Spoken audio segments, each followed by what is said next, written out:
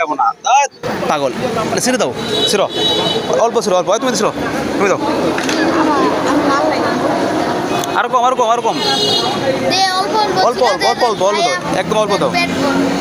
মানে বেশি দিলে গিলতে পারবে না আস্তে আস্তে আস্তে আস্তে এই যে দেখতে পাচ্ছেন আসলে ভাই রাস্তায় যখন কুকুরগুলো পাই এভাবেই খাওয়ানোর চেষ্টা করি কেক কলা কেক রুটি কারণ আমরা মানুষের কিন্তু আসলে ওদের কষ্টটা বুঝি না কারণ দেখেন একটা রুটির জন্য ওর জীবনটা কিন্তু মানে এক কথায় বাঁচতে পারে নাকি কম কম দাও একবার কম কম কা কা কা মানে শরীর একদম শুকিয়ে গেছে দেখেন মানে কঙ্কাল হয়ে গেছে না খেতে খেতে কঙ্কাল হয়ে গেছে কারণ আসলে আমাদের সমাজে অনেকে আছে আমরা আসলে 10 টাকার কাপ 20 টাকার রুটি দিলে তো কিন্তু আসলে এই কুকুরগুলো বাঁচতে পারে ঠিক আছে